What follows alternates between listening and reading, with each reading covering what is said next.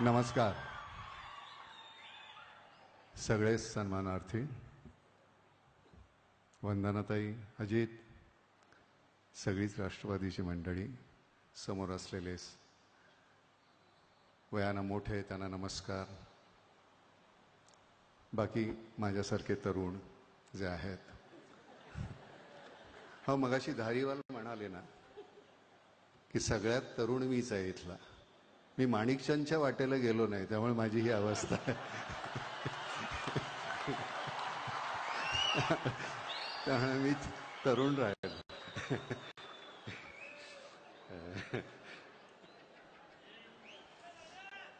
येतो, भेटतो नंतर.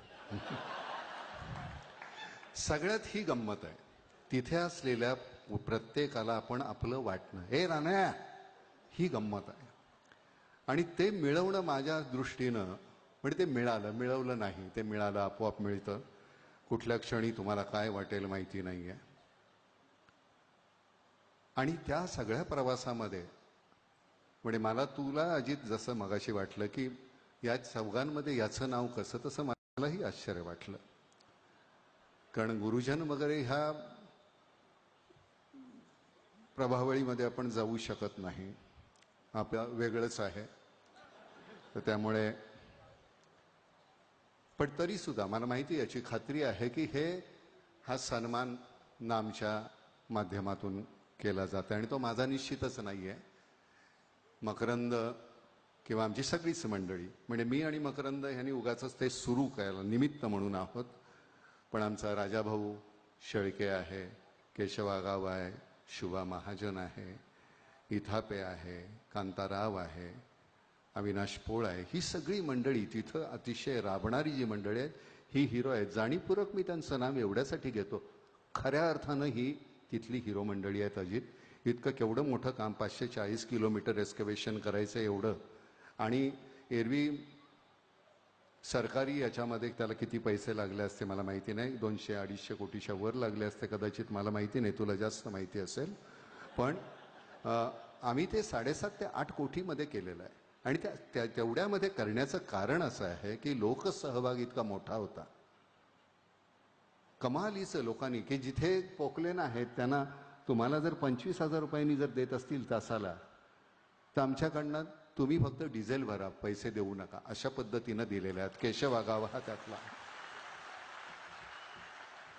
आणि गंमत अशी आहे की आपण कुठलं सरकार काय करतं आणि काय करत नाही याच्यावर आपण उहापोह करण्याची गरज नाही. आपल्याला काय शक्य आहे ते आपण करावं.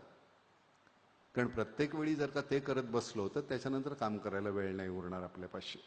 त्यामुळे तेवढंच करत राहिलो आणि मग खूप काहीतरी आपल्या नकळत घडून जातं, तसं ते झालेलं आहे. म्हणजे मला शिष्याच्या हातून सन्मान, गुरु आले नाहीत, शरदराव नाही आहेत, कुठे आहेत, मुंबईला आहेत, त्यामुळे शिष्य पाठवलेला आहे, त्यांच्या हातून सगळ्यांचा सत्कार.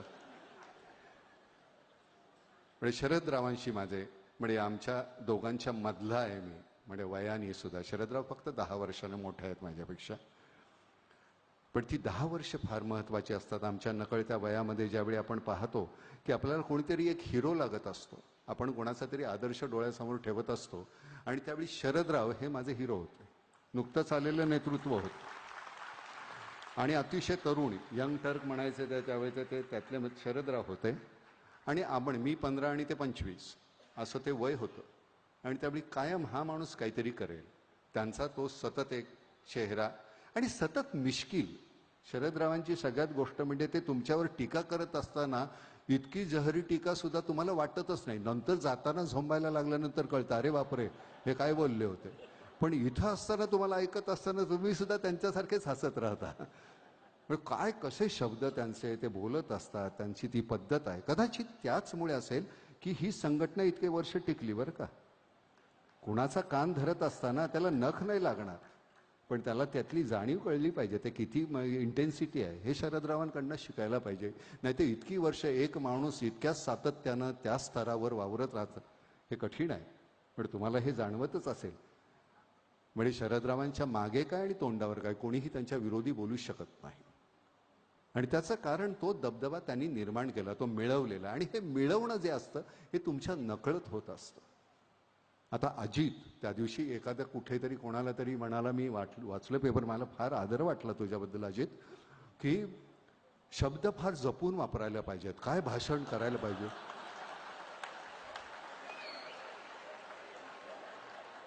तुमच्याच पक्षातलं कोणतरी आहे तो, काहीतरी नाव त्याचं, काय बरं नाव त्यांचं,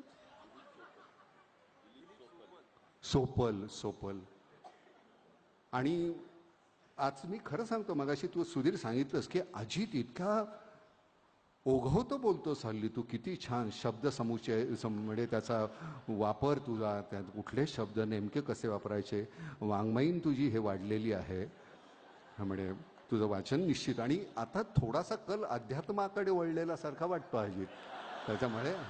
हो नाही खरंच, म्हणजे अतिशय अशी विद्वत्ता प्रचूर भाषणं अजितची ऐकायला लागल्यानंतर मला फार गहिवर आलं होतं हल्ली. हो, आणि अशा एवढ्या थोर व्यक्तीच्या हातून आपला सन्मान होत असल्यामुळे मला शरदरावांची गैरहजेरी नाही जाणवली, त्यामुळे म्हणजे त्यांची क्षमा मागू नये मी म्हणतोय बरं का.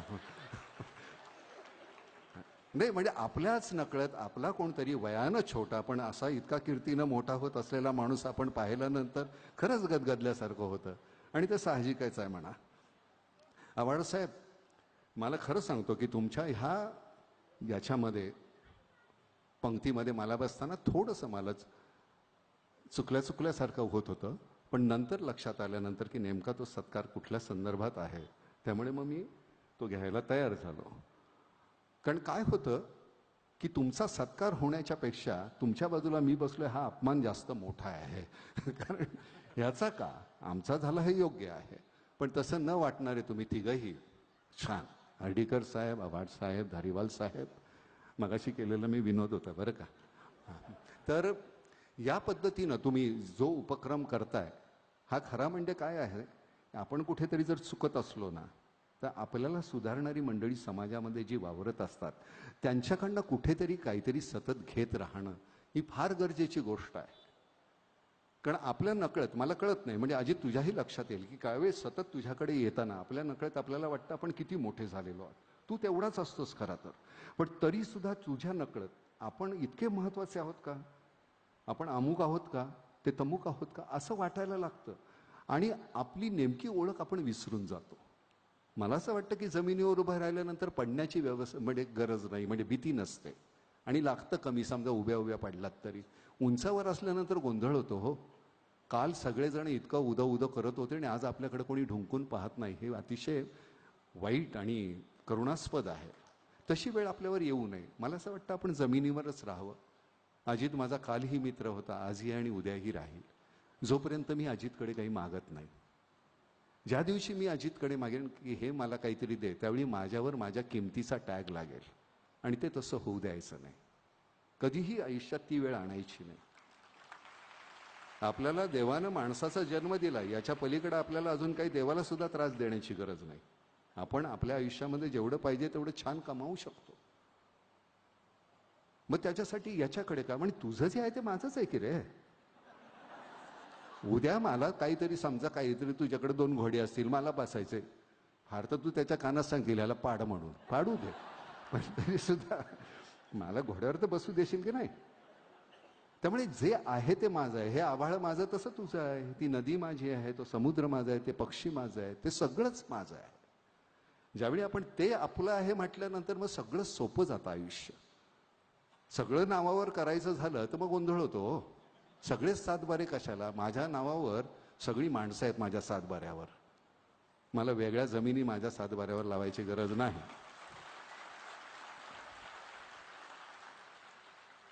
उद्या अजितकडे काही मागितलं तो नाही म्हणेल का, काय रे तुझं लक्ष दुसरीकडे आहे, मी फार महत्वाचं बोलतोय. काय नेमकं कोण आहे मनामध्ये आता या क्षणाला सांग. नाही खरंच असं अगदी हरवल्यासारखा का झालंय, काहीतरी गोंधळ आहे. अजितच्या गालावर लाली मी पहिल्यांदा पाहिली बरं. छान, पण मला तू लाजलेला सुद्धा आवडतोस बरं का. आपल्या धरणात खूप पाणी आहे आता, त्यामुळे 2 वेळेचं पाणी मागणं हे रास्त आहे तुझ्याकडनं. आम्हाला ते 2 वेळेचं पाणी मिळालं तर फार बरं होईल पुणेकरांना. कारण सरते शेवटी हा जे व्यासपीठ आहे त्या व्यासपीठावरना खरं तर आपण काय कोण आहे तुम्हाला माहितीच असतं. हा